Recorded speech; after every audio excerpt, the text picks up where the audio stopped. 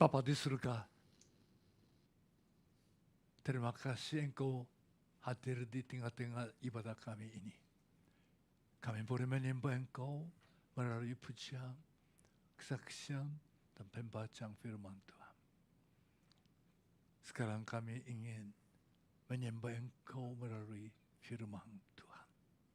Tuhan berbicara kepada kami. Tolong hamba yang menyampaikan itu terbatas, kecil, tapi Tuhan agung. Tuhan Maha Tahu. Tahu kebutuhan kami, kekurangan kami. Tuhan berbicara, ajarlah. Jauhkan segala gangguan. Tuhan memberkati seluruh member ibadah K3 se-Jepang ini.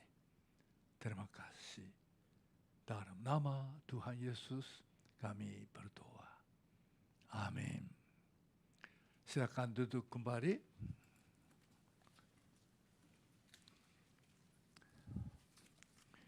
Kita membaca teks untuk hari ini terdapat dari Kitab Ulangan pasal 6 dari ayat 4 sampai dengan ayat 9.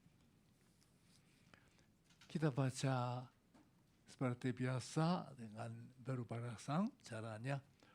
Saya baca ayat genap, jemaat silakan membaca ayat ganjil.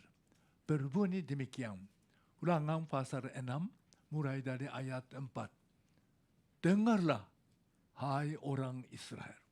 Tuhan itu Allah kita. Tuhan itu Esa.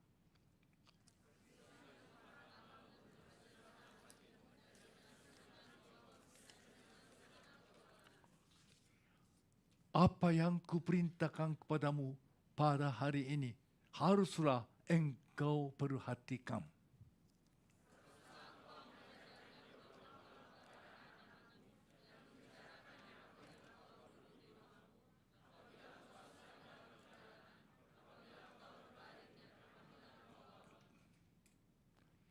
Haruslah juga engkau mengingatkannya sebagai tanda pada tanganmu, dan haruslah itu menjadi lambang di dahimu.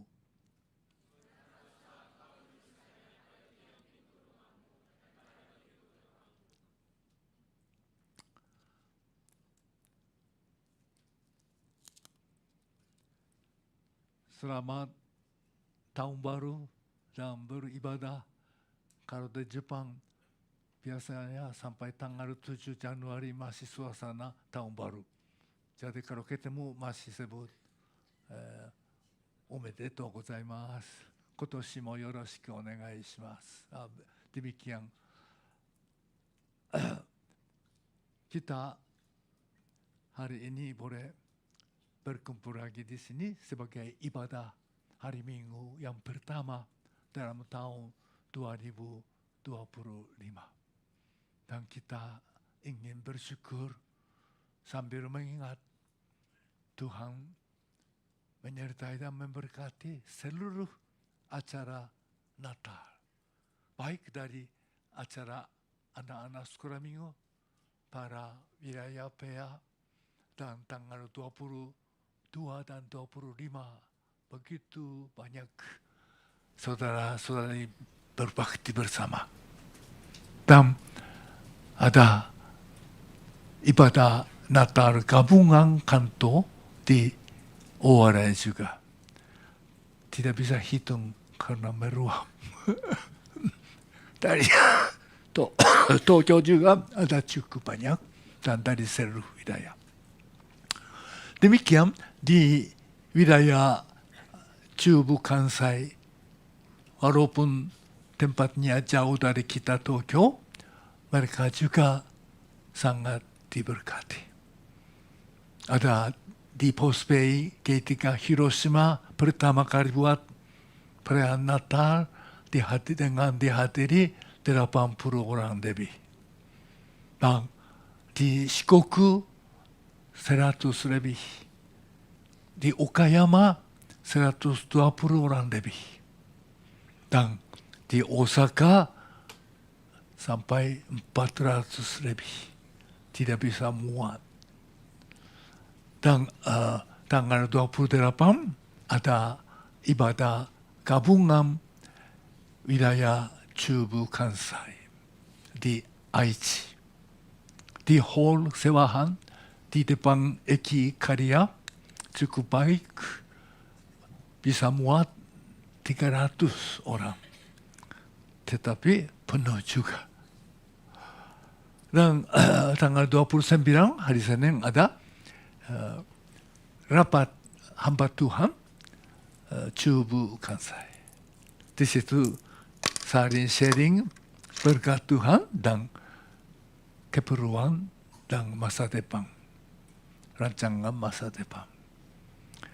Kita merasa sangat bersyukur dan ada satu hal baru kita baru bicarakan, itu istilah wilayah Chubu Kansai sudah tidak sesuai lagi. Karena Chubu itu daerah Aichi, Kansai daerah Osaka sampai Kobe. Tapi sekarang sudah Okayama, sudah Hiroshima, bahkan sampai Fukuoka. Fukuoka juga kemarin ada 100 orang lebih. Dan di Kumamoto juga pertama ada ibadah Natal. Dihadiri 40 orang lebih. Apalagi ada di Pulau Shikoku. Jadi kalau kita bilang Chubu Kansai itu tidak cocok ini. Seperti dulu di Hiratsuka, tidak cocok pindah tempatnya. Tsujido dan lain-lain, sekarang ganti Shonan, nama indah. Maka kami bicarakan sekarang kita sebut bagian barat. Jadi namanya wilayah bagian barat Jepang, GI3. Wilayah GI3 bagian barat Jepang. Kalau begitu terus sampai Okinawa boleh. Nanti kalau ada Okinawa juga termasuk bagian barat. Jadi kita bagian timur, Higashi Nippon, Nishi Nippon. Dan begitulah sekarang bertambah-tambah teman-teman dari Indonesia bergabung dengan kita. Maka kita juga harus memikir untuk masa depan. Di Osaka sudah mereka mau mulainya ibadah hari Minggu 2 kali. Dan mungkin di Tokyo juga sedang dibahas oleh majelis.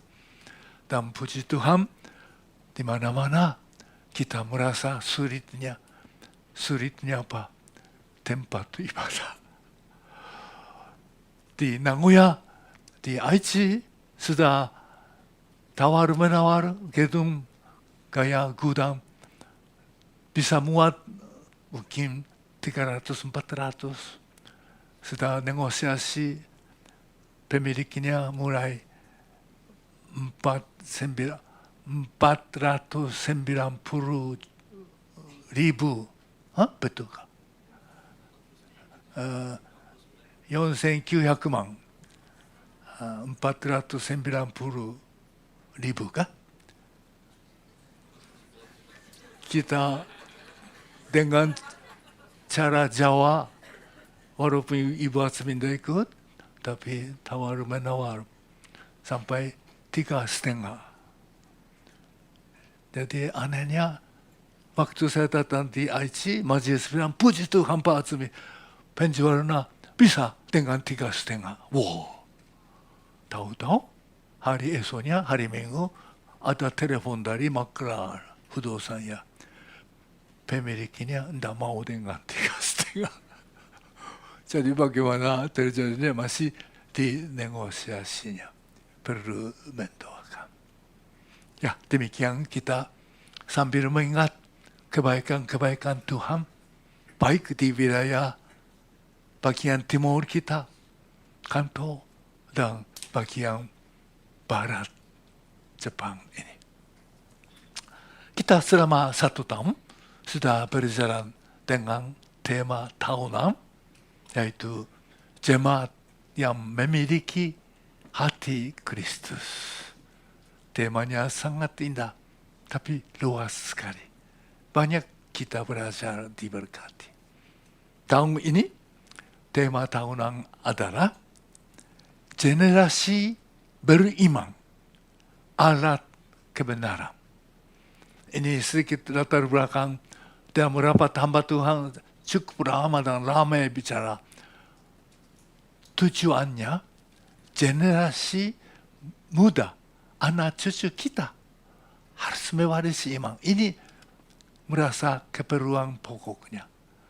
Tapi untuk generasi anak cucu mewarisi iman kita, kalau itu iman kita juga harus kokoh, kuat ya. Maka seluruh generasi lah. Baik generasi kita sekarang dan anak cucu.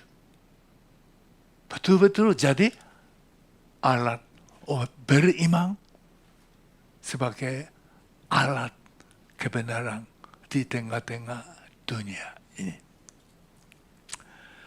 Jadi teksnya yang tadi kita baca, Ulangan pasal 6, dari ayat 4 sampai ayat 9. Kita melihat ayat 4. Dengarlah, hai orang Israel, Tuhan itu Allah kita. Tuhan itu Esa. Dengarlah. Ini dengan bahasa Ibrani, Shema. Tapi lama kemudian itu Shema itu jadi bukan hanya arti dengarlah. Itu dengar isinya disebut Shema. Maka Shema berisinya ada 3 bagian Alkitab. Pertama, Ulangan pasal 6 ayat 4 sampai 9 yang tadi kita baca. Dan Ulangan pasal 11 ayat 13 sampai 21. Shema ini dibaca oleh orang Yahudi yang setiap beribadah. Setiap pagi, setiap sore ada ibadah singkat. Di situ mereka mendengar. Shema. Itulah isinya. 1, Ulangan pasal 5 ayat 4 saja. Kedua, Ulangan pasal 11 ayat 13 sampai 21. Dan satu lagi, Bilangan pasal 15 ayat 39 sampai 41. Itulah kebiasaan orang Yahudi yang setia menyembah Tuhan. Setiap hari mereka mendengar, menyebut. Maka kita juga ingin bukan orang Yahudi lagi, tapi orang Kristen yang setia beribadah Tuhan. Kita juga sekali-sekali meniru juga tidak salah ya. Jadi hari ini kita baca bersama. Bagian kedua, Ulangan pasal 11 ayat 13 sampai 21. Inilah Shema. Orang Israel sare mereka menyembah, mendengar. Kita baca seperti tadi saya baca ayat ganjil, jemaat silakan baca ayat ke-6. Jika kamu dengan sungguh-sungguh mendengarkan perintah yang kusampaikan kepadamu pada hari ini, sehingga kamu mengasihi Tuhan Allahmu dan beribadah kepadanya dengan segenap hatimu dan segenap jiwamu.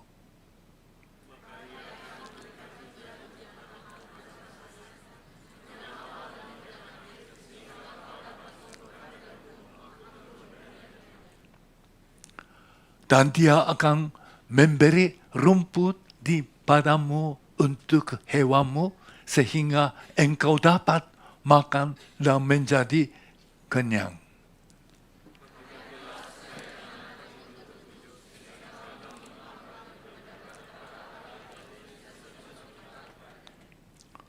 Jika demikian, maka akan bangkitlah murka Tuhan terhadap kamu dan Ia akan menutup langit sehingga tidak ada hujan dan tanah tidak mengeluarkan hasil. Lalu kamu lenyap dengan cepat dari negeri yang baik yang diberikan Tuhan kepadamu.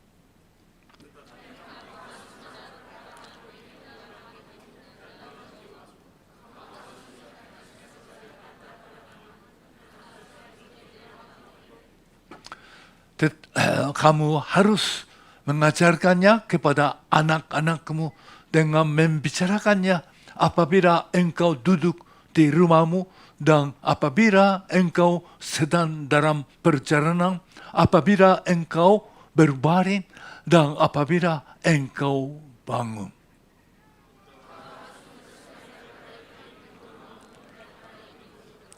Bersama-sama ayat 21, supaya panjang umurmu dan umur anak-anakmu yang dijanjikan Tuhan dengan sumpah kepada nenek moyangmu untuk memberikannya kepada mereka selamanya. Ada langit di atas bumi.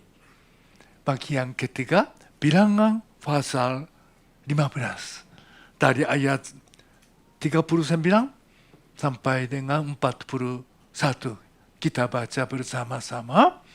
Saya baca ayat ganjil. Silakan jemaat baca ayat genap. Maka jumbai itu akan mengingatkan kamu apabila kamu melihatnya kepada segala perintah Tuhan sehingga kamu melakukannya dan tidak lagi menuruti hatimu atau matamu sendiri seperti biasa kamu berbuat dalam ketidaksetiaanmu terhadap Tuhan.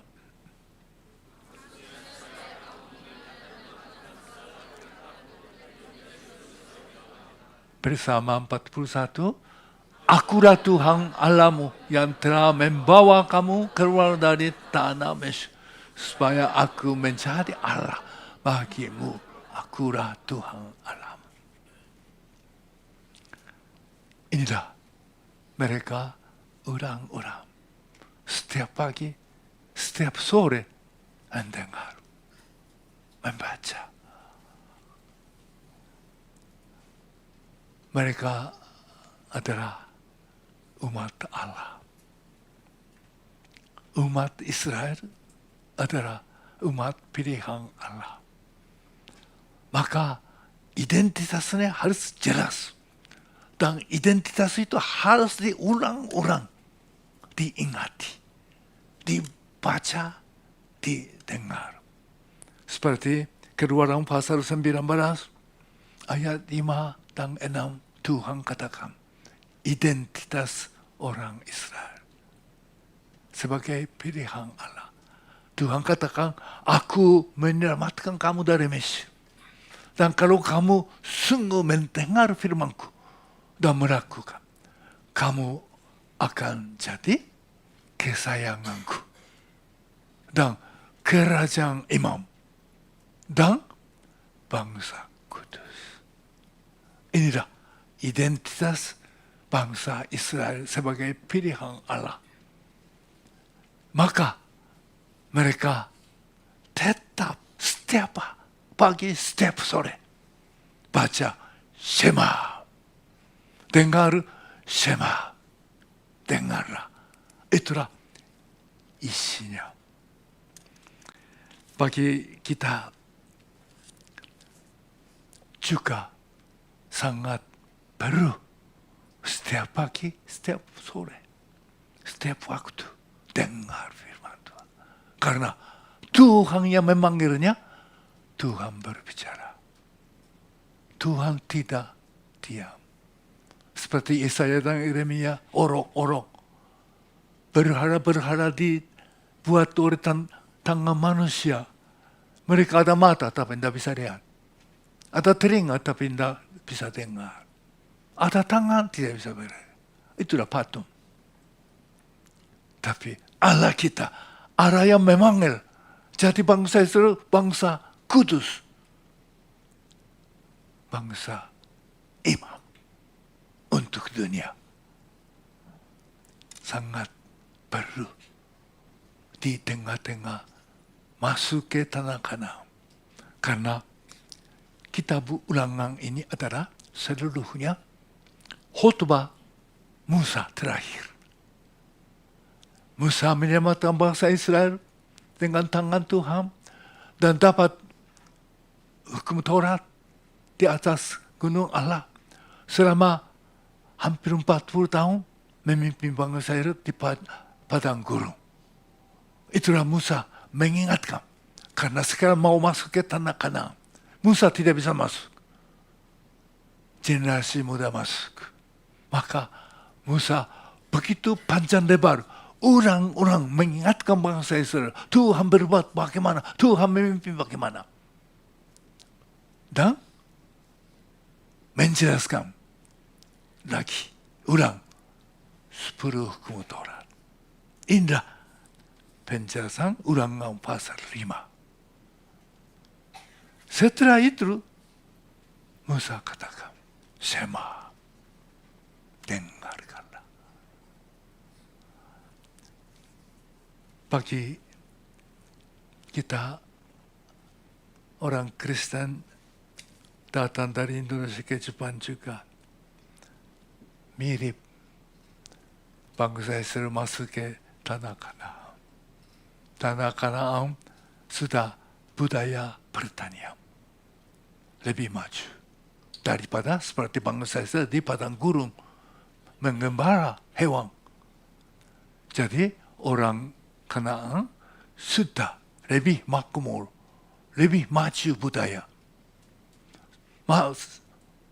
Bangsa Israel ke situ mudah sekali terpengaruh. Maka Musa kata, Shema, Allah kita, Tuhan itu Allah kita, dan Allah Esa. Esa itu bukan arti hanya satu orang atau satu. Tidak bertentangan dengan Allah Tritunggal. Itulah Allah Esa di sini, latar belakangnya, sekarang bangsa Israel masuk ke tanah Kanaan. Itulah orang Kanaan semuanya percaya bagaimana. Itulah Allah. Penuh dengan berhala. Boleh dikatakan masih animisme. Waktu menanam gandum, padi, mereka sembah-sembah supaya lindungi. Sudah dapat panen, wah rame-rame ucapan syukur. Ini persis sama dengan Jepang. Jepang kelihatannya maju, tapi imannya, kepercayaannya, pengertian tentang Tuhan, begitulah animis. Jadi, Musa katakan, sekarang masuk ke tanah Kanaan. Siaplah Allah, Tuhanlah Allah kita, Tuhanlah Allah Esa. Esa dijelaskan dari seluruh Alkitab. Allah, Tuhan, Tritunggal. Maka kita juga sudah tahun baru hari ini tanggal 5. Bagaimana Ibu Bapak sudah mulai baca Alkitab dengan hati baru, semangat baru? Setiap tahun, waktu tahun baru saya mengajak, ya, tahun yang lalu sampai mana, tidak tahu, tapi mulai dah dari tahun baru. Mulai dengar Shema, dengar firman Allah. Sudah ada 66 kitab, lengkap, komplit. Maka kalau setiap hari baca satu pasal dengan 4 tahun, selesai habis. Semua baca. Bagaimana Ibu Bapak? Saya tidak berani tanya, apakah sudah baca seluruhnya Alkitab? 66. Jangan-jangan bagian depannya susah buka juga. Masih mereka sejak belika.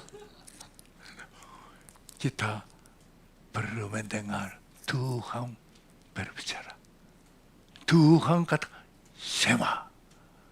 Setiap pagi, setiap hari kita buka, mendengar. Kalau bisa satu hari 2 pasal. Satu pasal dari perjanjian baru dan perjanjian lama satu pasal dengan 2 tahun selesai semua. Kalau yang lebih semangat, satu hari baca 4 pasal. Satu pasal dari perjanjian baru, 3 pasal dari perjanjian lama. Karena perjanjian lama terdiri dari 3 bagian. Sejarah, kitab-kitab, dan kitab nubuat. Dari masing-masing 3 bagian, satu pasal. Kalau begitu, satu hari 4 pasal dibacakan dengan 1 tahun semua. Apakah sudah melaksanakan? Atau hari ini mulai memikirnya. Mudah-mudahan jangan hanya sema, dengar khotbah Pak Atsumi, jangan ya. Tuhan kata, Shema, mendengar dan melaksanakannya. Dan kalau begitu, sekarang kita baca Alkitab baik 1 hari 1 pasal, 2 pasal, 4 pasal syukurnya. Dan saya rasa sangat sekarang tertolong. Dulu saya ada perjalanan atau pergi jauh, pagi-pagi tidak sempat baca rutin, tapi sekarang enak. Dulu di dalam kereta baca agak kurang enak.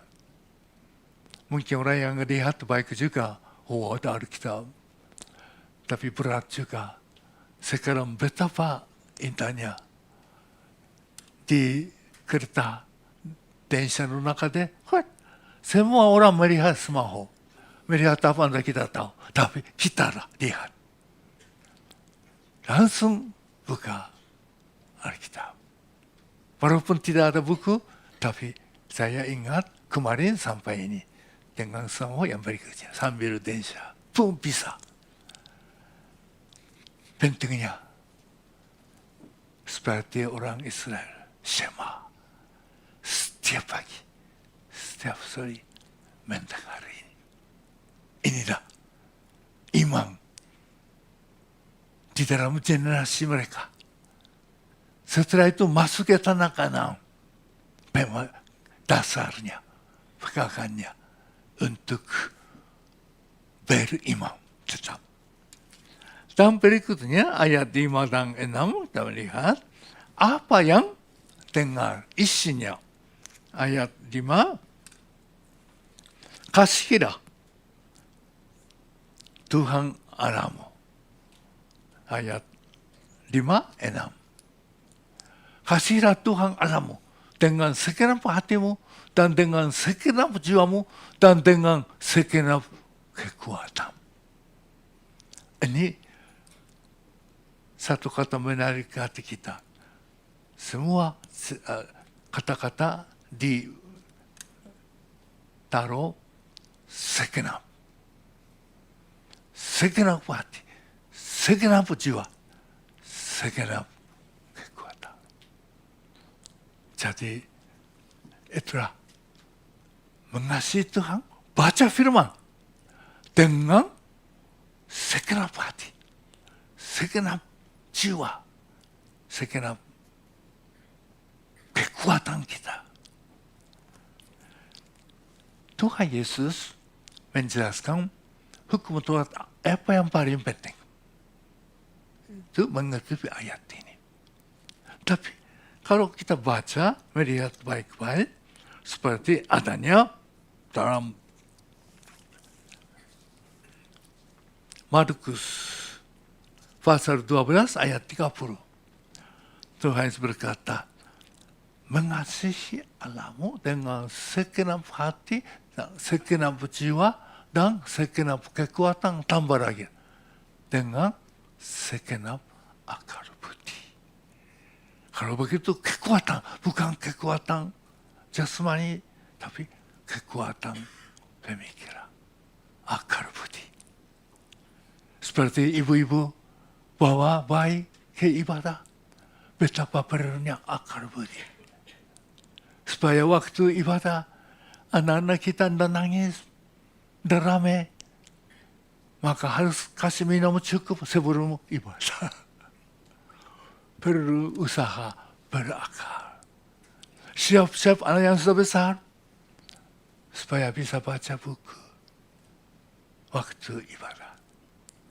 Menyembah Tuhan, beribadah, perlu dengan segenap budi, akal budi.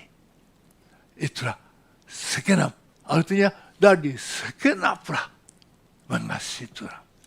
Dan istilah mengasihi di sini adalah ada istilah khusus bahasa Ibrani-nya ahev.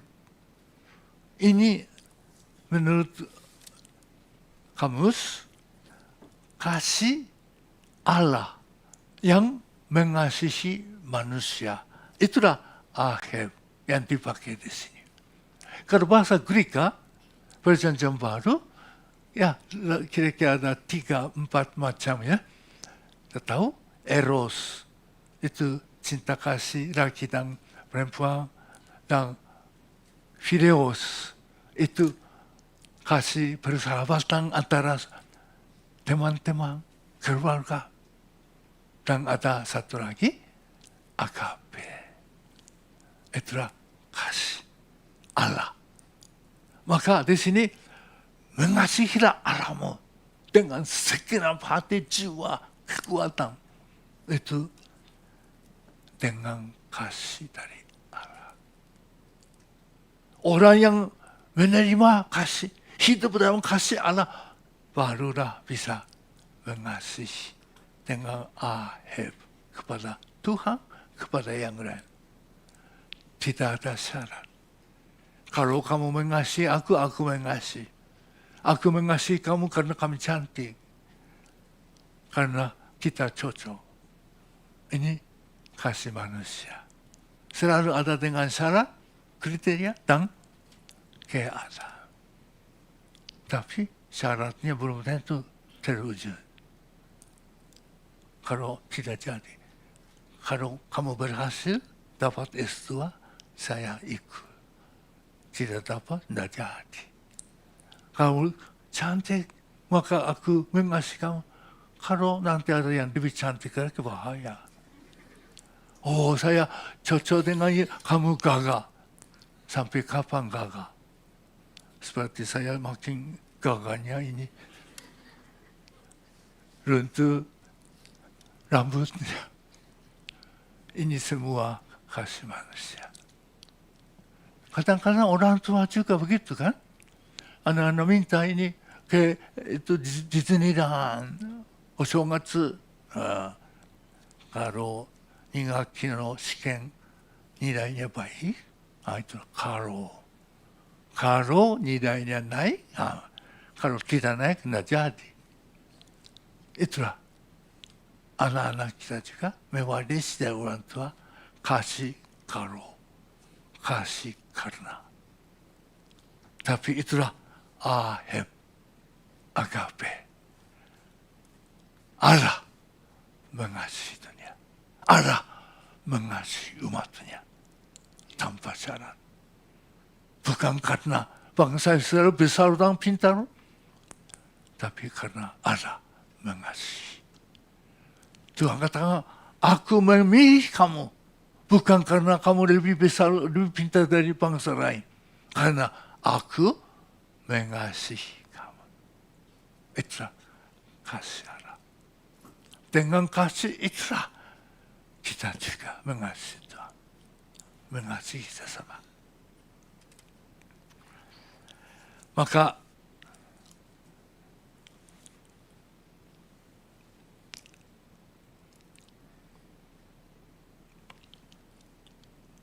Mengapa kita bisa mengasihi begitu kepada Tuhan?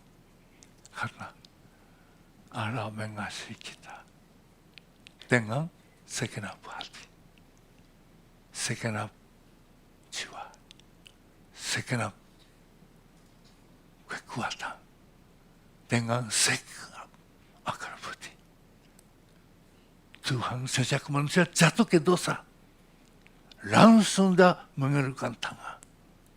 Kejadian pasal 3 ayat 15. Iblis berhasil mempengaruhi manusia jatuh, tapi Tuhan sudah menyediakan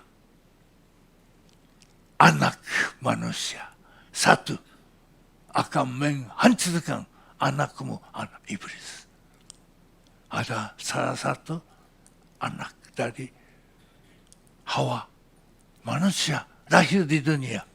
Itulah disebut proto-evangelion, Injil yang pertama.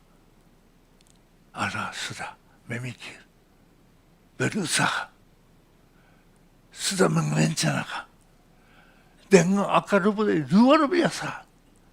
Memilih Abraham satu, memilih bangsa Israel, memberi hukum Taurat, menyediakan begitu panjang lebar. Tuhan Allah mengasihi, memimpin, menolong bangsa Israel dengan segenap hati, segenap jiwa, segenap kekuatan dan akal budi. Maka kita diselamatkan. Maka kita mengerti itu, menyadari dosa, menerima kasih Allah, menerima penebusan berdasar kasih Allah. Itulah dasar umat Allah, umat Kristen.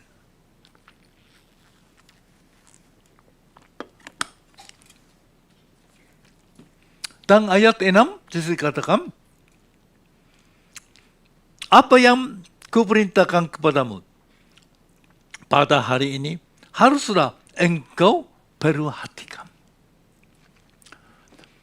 Kita tertarik ke hati. Apa yang Tuhan perintahkan haruslah engkau perhatikan. Perhatikan.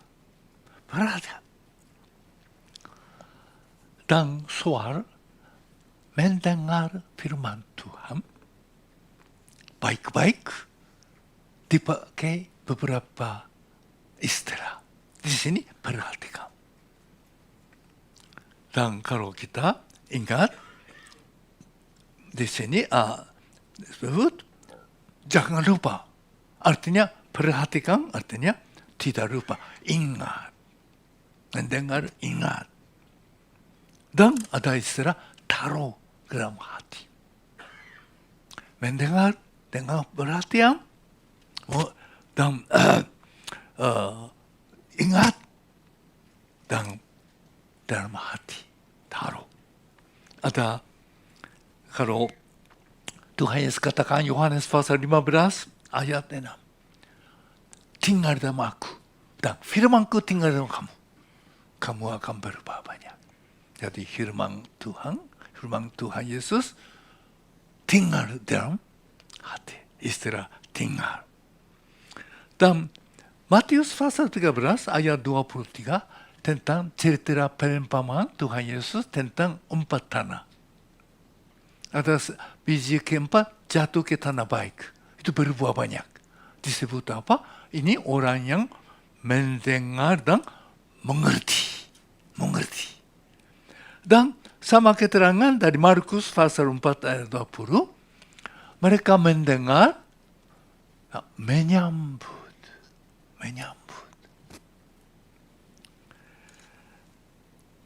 Kita ingat istilah demikian.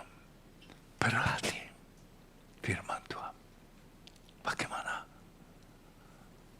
Ingat, taruh dalam hati. Dan mengerti. Tetap tinggal dalam hati sampai mempengaruhi kehidupannya. Karena sudah menyambut. Nah, inilah istilah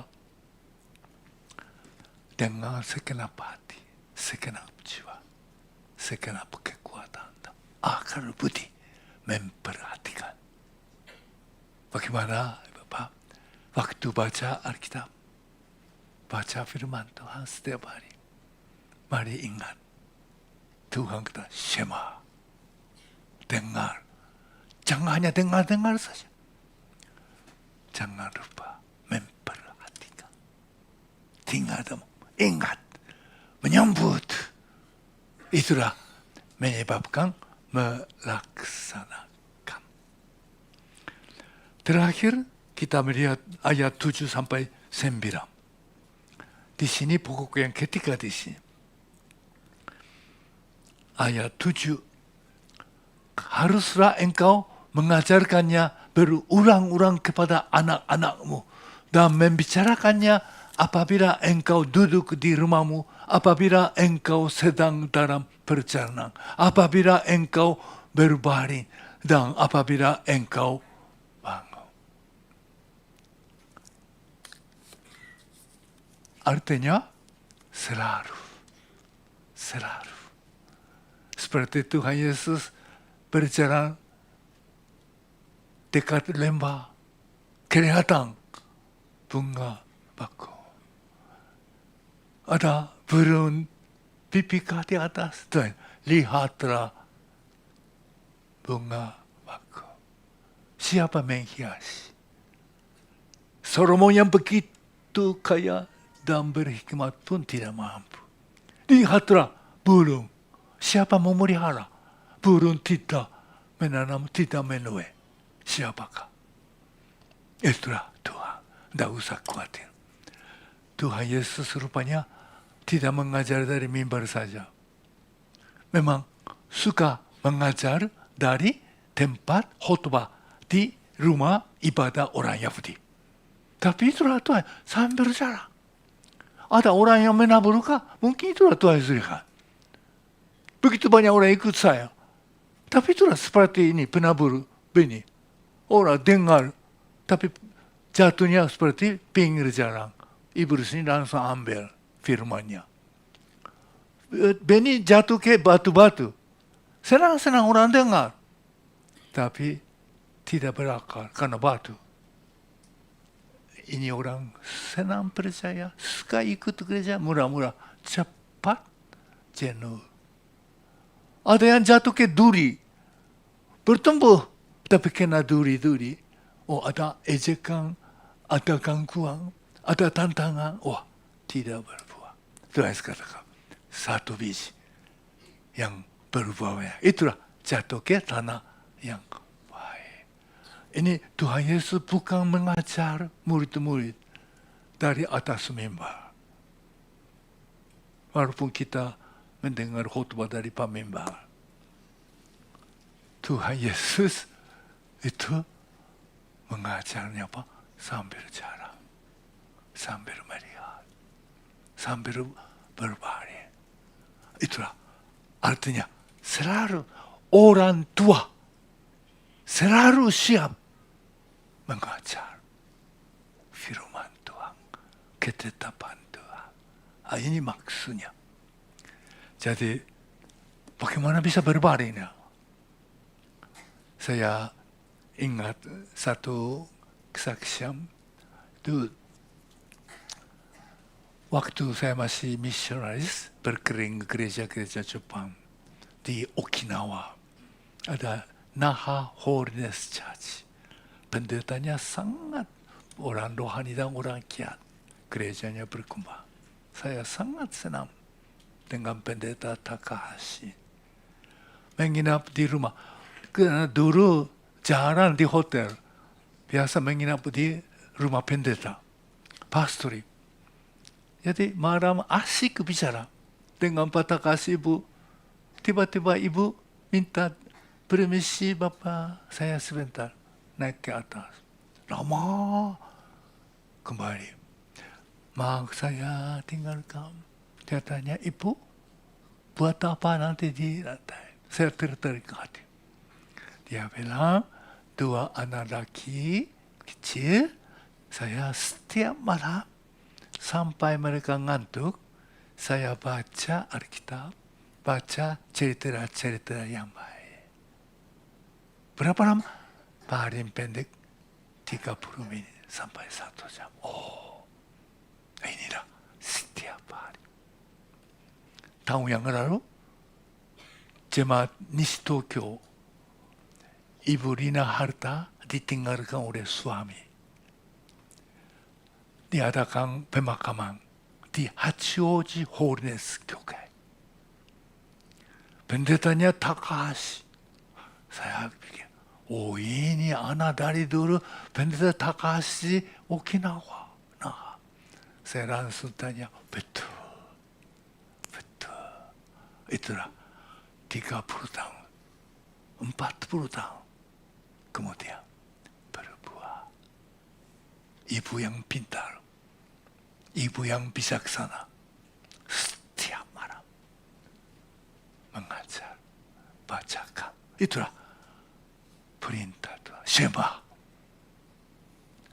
Selalu siap mengajar kepada anak-anak. Kalau orang tua selalu ngobrol-ngobrol, itu negatif, anak-anak mendengar kecewa. Ada satu tokoh Kristen hebat di Jepang. Ini jadi rektor Tokyo University. Namanya Yanai Baratadao. Saya baca buku anaknya, lucu, namanya Isak. Nama pun bagus kan? Tapi Isak ini rupanya tidak mau menuruti iman orang tua. Padahal Yanai Baratadao sangat kuat dan berjasa untuk membangun pendidikan di Jepang setelah Perang Dunia Kedua sebagai rektor Tokyo University. Mengapa? Isak bilang, ayah saya selalu mengajar baik, omong baik. Tapi kalau di rumah, sering mengejek orang lain. Jadi saya tidak suka itu. Jadi saya curiga iman ayah saya. Oh, Yanai Baratadao yang orang hebat. Tapi di rumah suka ngomel-ngomel, kritik ini. Aduh, anaknya paling pintar. Anak punya antenanya tajam. Oh, mama ini hati-hati. Cuaca buruk. Hati-hati bapak hari ini. Mungkin di kantor ada sesuatu. Anak pintar. Dan apa yang dengar. Maka betapa pentingnya. Selalu siap mengajar. Dan di sini ayat 7 katakan, mengajarkan berulang-ulang. Istilah berulang-ulang, ini istilahnya bahasa Ibrani, shanam. Ini hanya satu kali di sini dipakai. Jadi, artinya, kalau cari dengan kamus, rajin, dan berusaha, atau berulang. Maka bahasa Jepang, penjelasan bahasa Jepangnya oshiye kon. Kon itu masukkan. Jadi oshiye masukkan ke dalam hati. Bukan hanya mengajar sekitarnya, masukkan ke dalam oshiye kon. Inilah mengajarkan berulang-ulang. Mengapa begitu perlu? Karena anak begitu gampang terpengaruh dari suasana Kanaan, suasana budaya Jepang. Di dalam Alkitab ada peringatan-peringatan. Seperti bagaimana walaupun anak imam, jadi anak-anak tidak baik. Anak-anak dari imam dari perjanjian lama sebut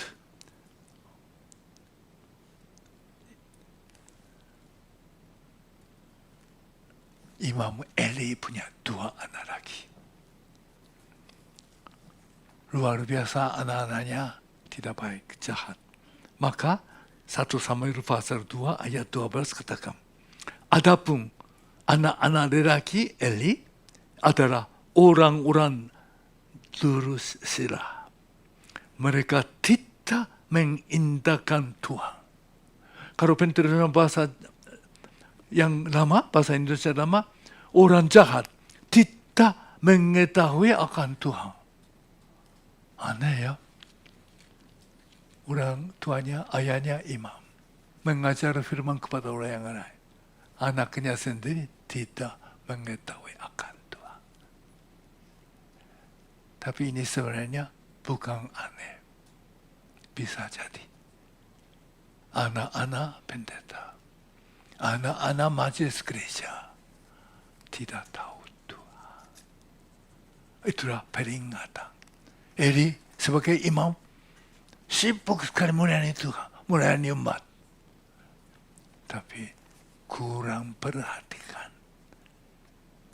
kurang mengasihi anaknya. Mereka itulah sakit hati.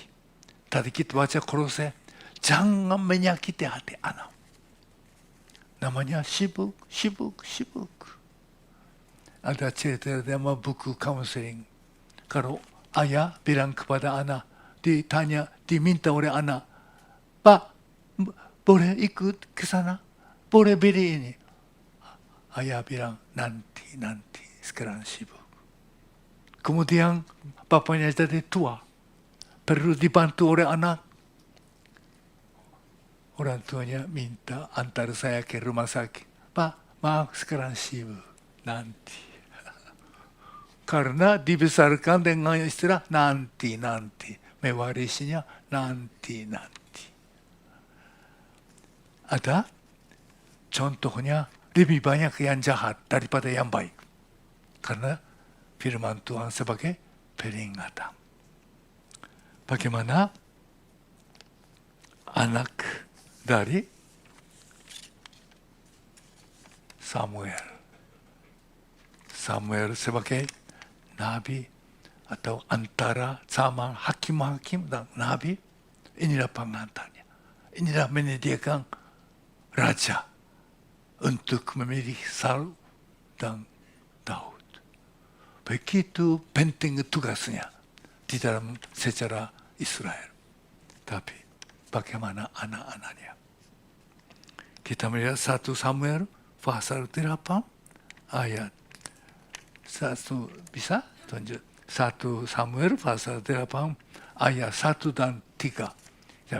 Setelah Samuel menjadi tua, diangkatnya lah anak-anaknya laki-laki menjadi hakim atau atas orang Israel. Ayat 3. Tetapi anak-anaknya itu tidak hidup seperti ayahnya. Mereka mengejar laba, menerima suap, dan memutarbalikkan keadilan. Akhirnya dihukum oleh Tuhan. Terakhir, contoh sebagai peringatan adalah anak Solo, Rehabeam.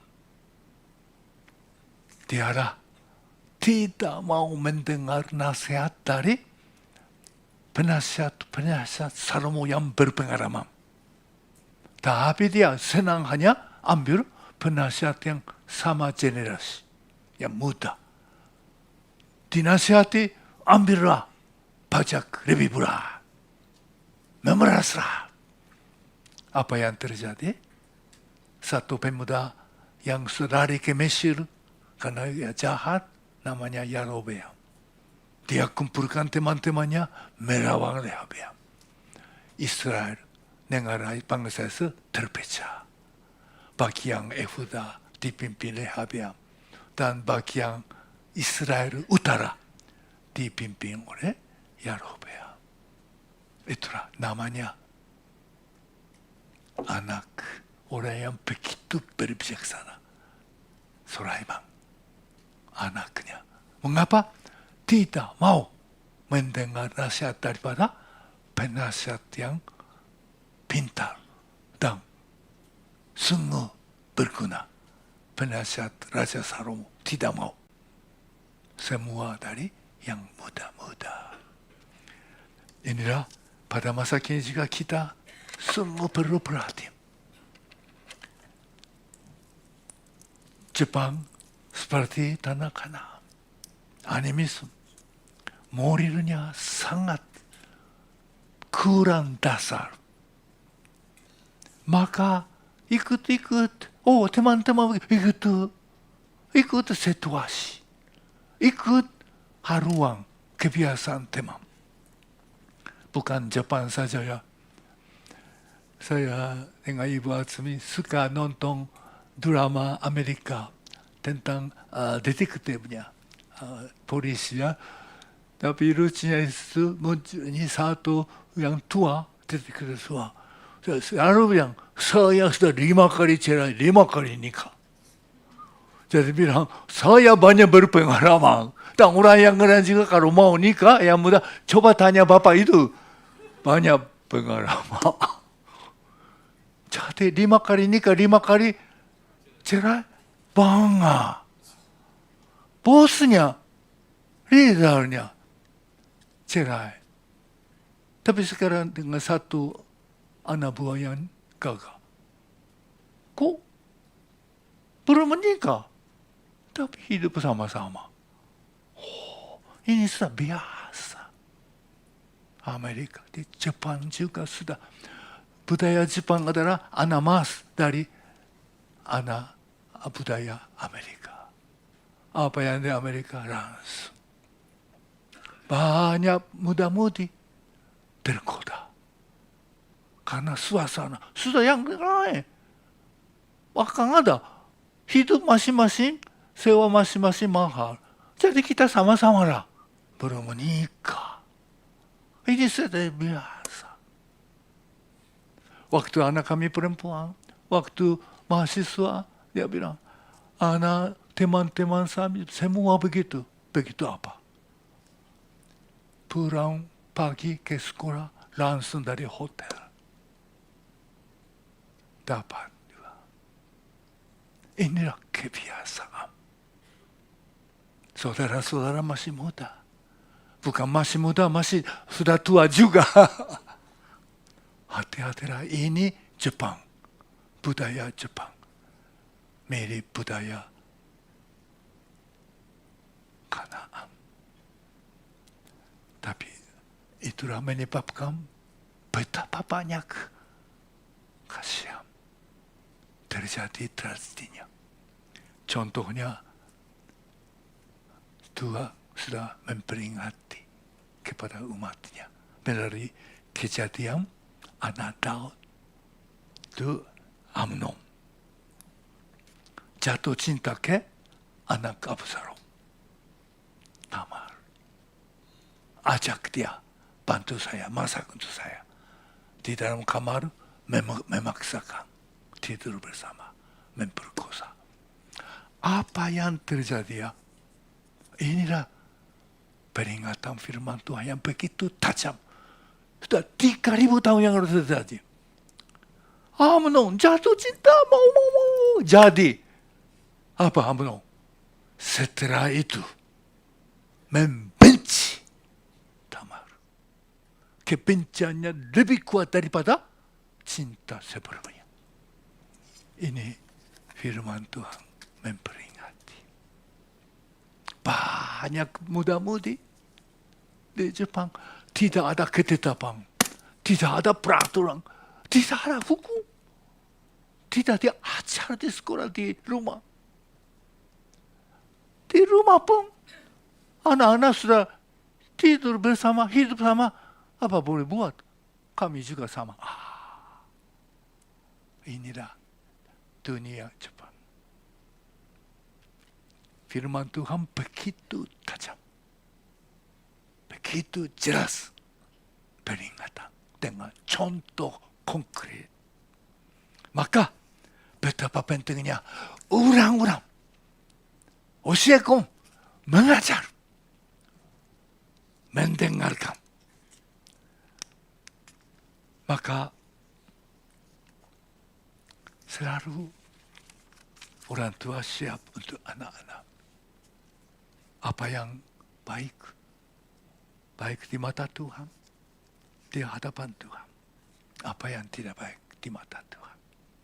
Bukan kawan-kawan, bukan guru, bukan siapa. Maka ada satu lagi tanda. Di rumah ada pintu gerbang, tiangnya ditaruh kotak itu bulat. Di situ masukkan ayat-ayat yang ditulis dalam kulit domba. Dan mereka ayat-ayat firman Tuhan dengan kulit masukkan kotak ini. Dan taruh di tangan. Bisa sebentar? Ini gambarnya. Ini mereka taruh kotak. Di dalamnya ada ayat-ayat Taurat dan ditulis di kulit domba. Itulah ada tanda-tanda alat peraga supaya orang Israel selalu ingat. Ya, tapi ini jadi akhirnya zaman Tuhan Yesus ini akhiri Taurat dan orang Farisi mereka pakai dan talinya lebih tebal supaya dilihat. Ini bahaya. Tapi pentingnya begitu firman Tuhan selalu di otak, selalu di tangan. Waktu pagi menyembah Tuhan dengar Shema pakai ini. Ini menggambarkan kita. Setiap pagi kita baca firman. Perhatiin. Seperti taruh. Tidak usah taruh. Ini tidak usah bisa taruhnya. Tapi betul-betul kita baca. Ingat. Tidak lupa. Masuk. Simpan. Menyambut. Melaksanakan. Maka mereka di pintu gerbang ada taruh dan ada pintu gerbang kota. Juga ada tempat khusus di tiang taruh tempat bulat atau bikin lubang. Dimasukkan ayat-ayatnya. Dan mereka keluar rumah, masuk rumah. Mereka ingat dan sambil sebut Mazmur 121. Tuhan akan menjaga keluar masuk dari sekarang sampai selamanya. Ini mereka sambil sebut keluar masuk. Waktu saya masih keliling sebagai misionaris deputasi di Yamagata, ketemu seorang pendeta yang sangat saleh dipakai oleh Tuhan. Menginap di rumahnya pagi bangun sambil makan pagi, kok ibunya cepat ke belakang. Saya lihat, saya suka lihat. Ibu itu buat apa? Di genggang, di pintu masuk itu duduk, anak bersu mendoakan. Saya tanya ibu, itu buat selalu begitu? Ya, kami belajar dari misi dari Amerika. Anak kecil selalu perlu didoakan. Masuk keluar pintu, didoakan. Jauh kemudian saya baru tahu anak laki sulung itu jadi pendeta di Saitama. Ibu bapak sekalian, tema tahun ini adalah generasi, baik generasi kita dan anak-anak cucu tetap sebagai generasi berlima. Inilah alat kebenaran. Dunia dipengaruhi oleh iblis, dikuasai oleh kejahatan, tapi perlu alat. Ada orang lain daripada yang lain. Saya senang sekali tahun yang lalu, akhir tahun lah, melayani 2 pemuda Jepang. Satu di Hiroshima. tanggal 1 Desember setelah ibadah, seorang laki-laki Jepang nunggu saya. Rupanya berpacar dengan jemaatnya Hiroshima.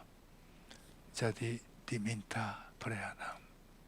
Saya langsung menantang, baik saudara mau jadi Kristen, baiklah, tapi jangan karena nikah.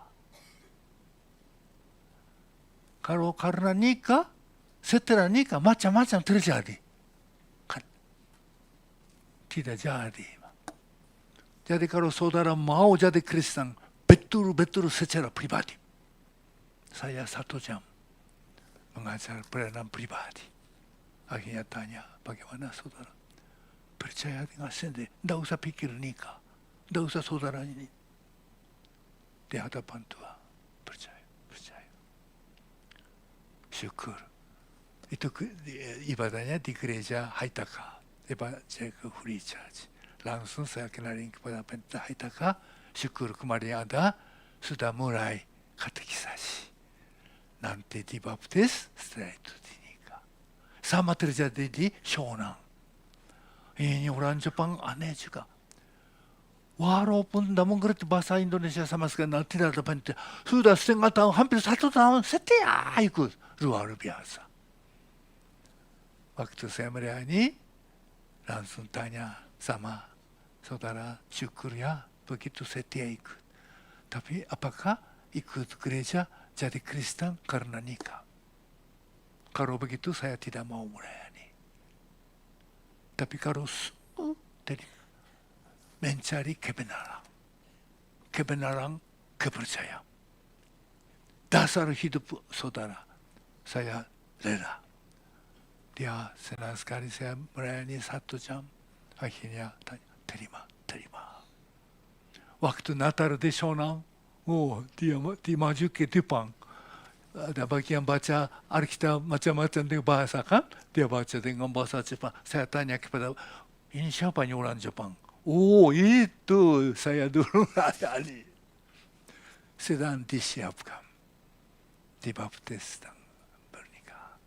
Itulah seorang saudari, seorang pemudi. Tetap beriman.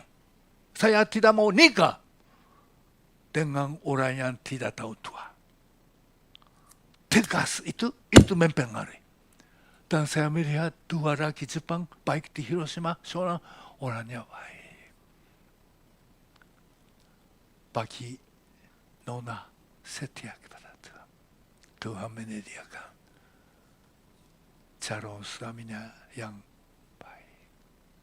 Pentingnya, kita tidak berkompromi. Kita tidak terpengaruh dari budaya Kanaan, budaya Jepang. Kita tetap generasi beriman. Inilah alat kebenaran di tengah-tengah dunia, di tengah-tengah budaya Jepang. Maka marilah setiap hari dengar Shema dan tetap memegang dan mengajar kepada anak-anak cucu untuk mewariskannya. Mari kita berdoa. Bapa di surga, terima kasih firman-Mu. Kiranya Roh Kudus tetap mengajar firman-Mu ini. Kami juga boleh setiap hari mendengar Shema. Tuhan berbicara. Terima kasih di situlah Tuhan kami sungguh jadi umat-Mu yang sejati. Dan tidak dipengaruhi dari dunia, melainkan mempengaruhi dunia. Kiranya anak-anak cucu kita tetap jadi warisan rohani yang setia. Melalui kehidupan kesaksian orang tua dan pengajaran, pembacaan firman setiap hari, Tuhan menyertai, memberkati. Kita baca doa bersama-sama, doa Bapa kami yang diajarkan oleh Tuhan Yesus. Mari kita berdoa bersama-sama.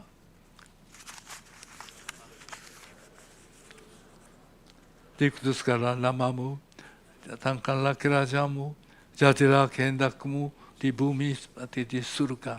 Berikanlah kami pada hari makanan kami yang secukupnya, dan ampunilah kami akan kesalahan, seperti kami juga mengampuni orang yang bersalah kepada kami. Dan janganlah membawa kami ke dalam pencobaan, tetapi lepaskanlah kami daripada yang jahat. Karena Engkaulah yang mempunyai kerajaan dan kuasa dan kemuliaannya sampai selama-lamanya. Amin.